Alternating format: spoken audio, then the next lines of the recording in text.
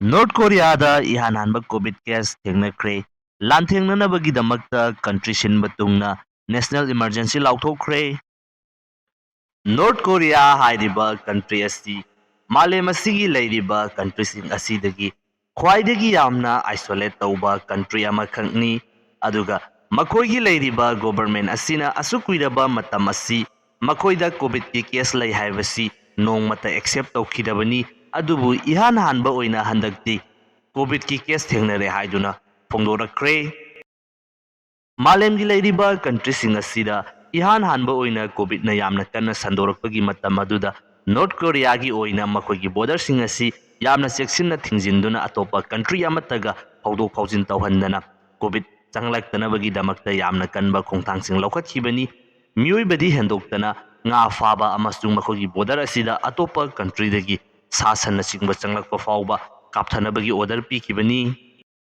North कोरियागी Pyongyang हाइरिबा मफम असिदा मियोय अमा लायहौदुना यामना कन्ना नारकपदगी माकी सैंपल लौदुना टेस्ट तौरुबा मतमदा ओमिक्रॉन वेरिएंट की कोविड असी पॉजिटिव ओइरंबा थेंगनखिबनी।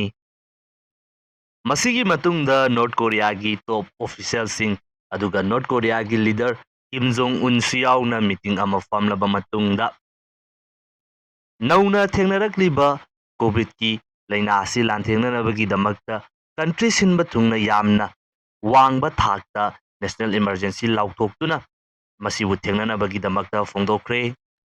नॉर्थ कोरिया की supreme leader Kim Jong Un लेबाक सिनबा थुंगना मसिदा लैरिबा सिटीसिंग असिदा लॉकडाउन तौनबगी दमक्ता वाफमसिंग फोंदोक्रे। अदुबु करम करम्बा मखनगी अथिंगबसिंग थमगदौरिबनो हाइबदुदि मयेक सेंगना फोंदोक्ट्री।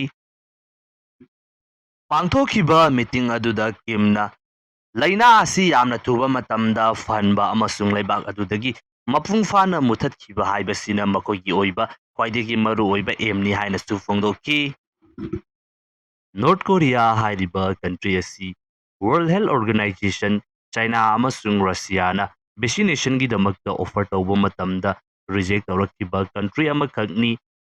एक्सपर्ट सिंगना पाबगी मतुंग इना चौरांगना 25 मिलियन पीपल रोमदी नॉर्थ कोरिया दा वैक्सीनेशन तौरंबसु याय हाइनदी पानरी। अदुबु हाइरिबा असी चपचाबा खंगबा ngamde नॉर्थ कोरिया की ओइबा इंफॉर्मेशन अमता अतोपा कंट्रीसिंग असिदा थादोकपा लैतबनिना नॉर्थ कोरिया गा युमथंगनरिबा चाइना हाइरिबा कंट्री असिसु मतम खरगी ममांगदा कोविड की यामना कनबा चैथेंग फंखिबनी।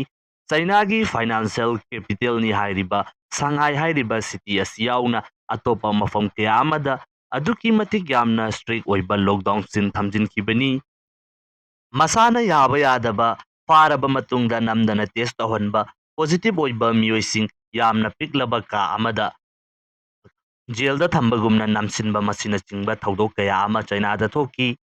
मसिना मरम ओइदुना चाना थकनबदा शॉर्टेज लाकपदगी मियोइ कयामना प्रोटेस्ट तौबा फाजिलदुना थम्बदुगी मायोक्ता प्रोटेस्ट तौबा अमसुंग सरकार अमसुंग मियामगी मरक्ता वायलेंस याउना यामना कनबा मओंगदा मुंगनखिबा थौदोक कया अमा मीडिया की रिपोर्टसिंगदा लेपा लैतना फोंदोखिबनी।